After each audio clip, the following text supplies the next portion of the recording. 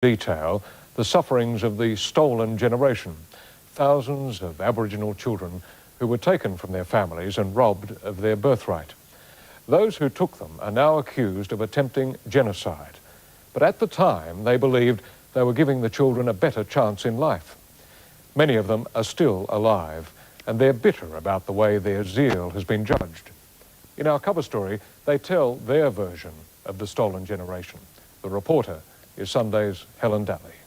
It would be easy to dismiss those involved in such policies as racists or bigots. With the policy of assimilation now labelled as genocide, the question remains, what was the thinking and motivations of those bureaucrats, missionaries and even adoptive parents who were part of such a system? We're being very unjustly implicated in something that we didn't do. We were there purely and simply to save lives and protect people, not to do anything else. Les Pennell was a Northern Territory patrol officer from the mid-1940s who carried out government policy on Aboriginal welfare. In the 40s and 50s, the job of Pennell and his colleagues, like Colin McLeod, included helping Aboriginals get fair pay and food rations for their labour. In those days, Aborigines were required to work on cattle stations, but they didn't get paid if they worked. They got flogged if they didn't work, and it became very imperative that somebody could shirt front the cattle barons. And that's what we did. We went in there. We were the people who really brought a bit of enlightenment to the Northern Territory so far as Aboriginal affairs were concerned.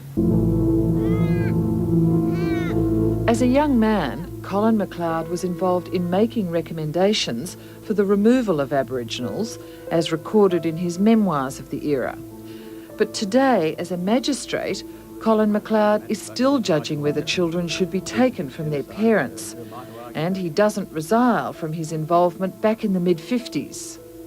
I think I could say that over the 35 years, I'm not saying anything about a specific case, either as a judge, magistrate or barrister, I have seen and heard of children removed from their mothers for a lot less reason than we would have had to take them from the butchery, the savagery and the degradation of child prostitution that was endemic in certain parts of the Northern Territory. 13-year-old girls being the stake for a card game. But the patrol officer's job also meant sometimes removing part Aboriginal children, or half-castes as they were known, from their mothers. Men like Les Pennell are saddened that this is the only part of the job for which they're now remembered. Do you feel that people are getting the full story about this? I mean, do you think the Human Rights Commission report is the definitive picture? No, definitely not, because it never, ever, as far as I could gather, looked at the other side of the question. When you were carrying out your job, did you ever feel for the pain and perhaps the torment of those people being removed? Some of them yes, some of them no. There is also, I suppose, trying to place on the Australian public an emotion that is not really, how can I put this, is not really one that should affect the population at all. What sort of a place was Northern Territory in these days? You had a big Chinese population, a lot of opium dens. You had a couple of pubs in Darwin. There were a lot of people around then that thought that the glamour of a job on a cattle station was terrific until they came up and saw what it was like, and they were sleeping out in the stock camp in the dust. And patrol officers in the top end claimed that politicians' notions of breeding Aboriginal blood out of half-castes was never part of their thinking. That never entered my head at all or anything like that. All I could see really was that right from the beginning, everyone showed a concern for these people. It didn't always happen, but it sufficiently often happened that a part-coloured child was the victim of abuse very much by the black community and very much by the white community. They fell between two stools.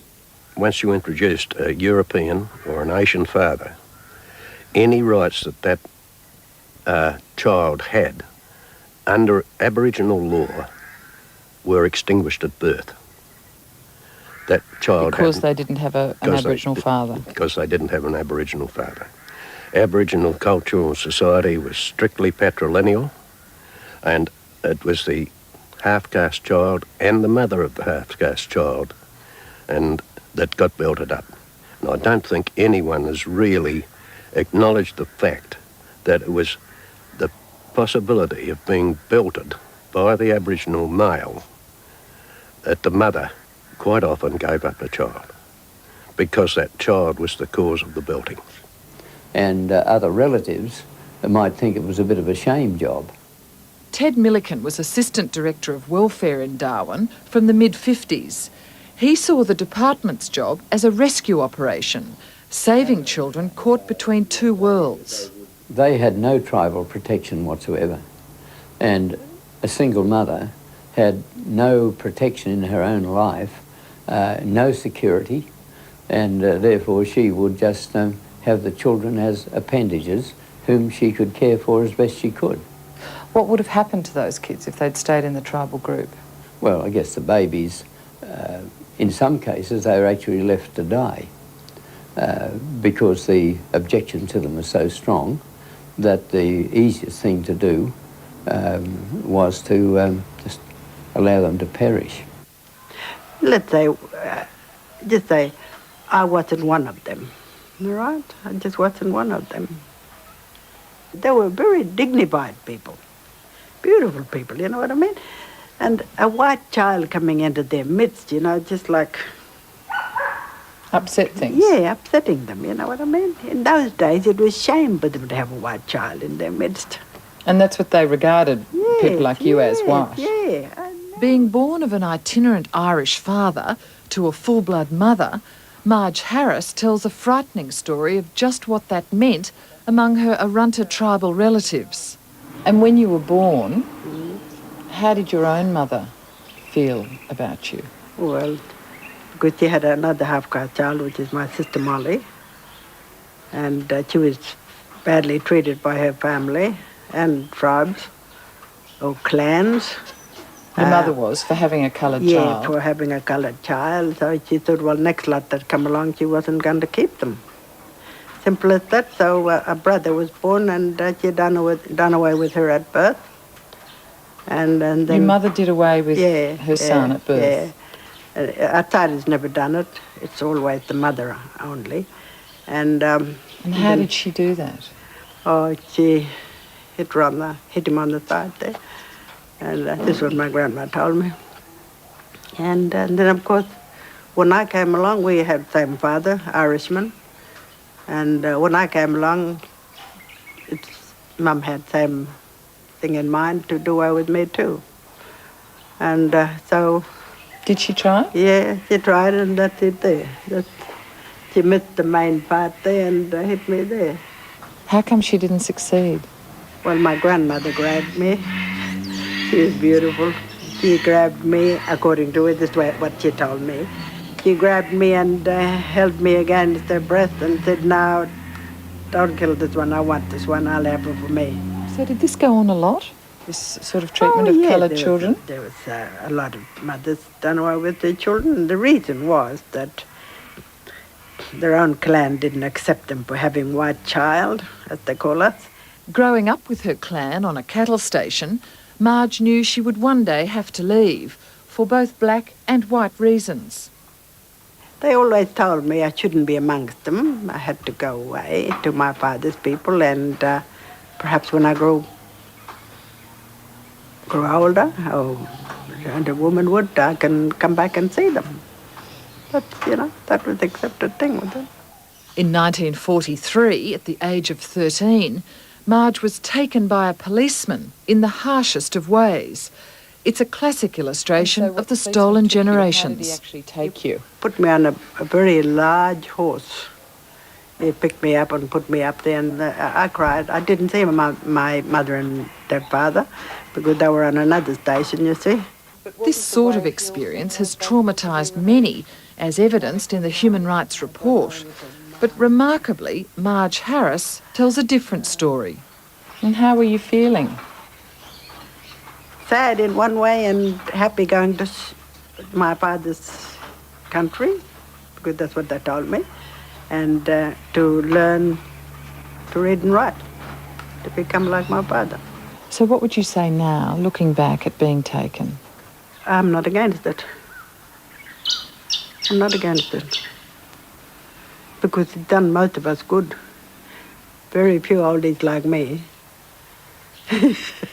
Very few old people like me are screaming. Very few.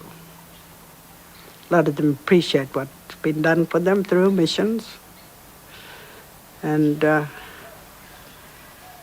where they are today, where we are all today, is because of missions helped to work. And I got nothing against mission. A lot of us haven't. If you hadn't been taken? If I hadn't been taken, I'd be sitting in Todd River, drinking myself silly. And I'll be taxpayers' problem. That's me. That's how I look at it. Genocide, no. No way in the world. When you're trying to save people, it's not genocide. Why else would they say, well, he's got some white, blood in him, so therefore he'll be better off as a white person? I wouldn't call that genocide.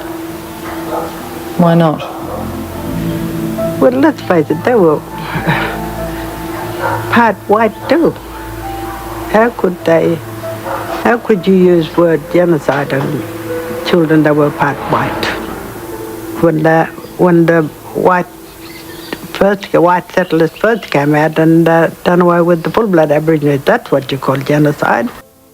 Do you feel the bureaucrats and government workers are being blamed for things that went on in that period? Oh, yes. No question about it. And I guess I understand how it happens, that once you open the wound, it bleeds. And But would you concede there is a wound there for many Aboriginals? I'd concede that, yes.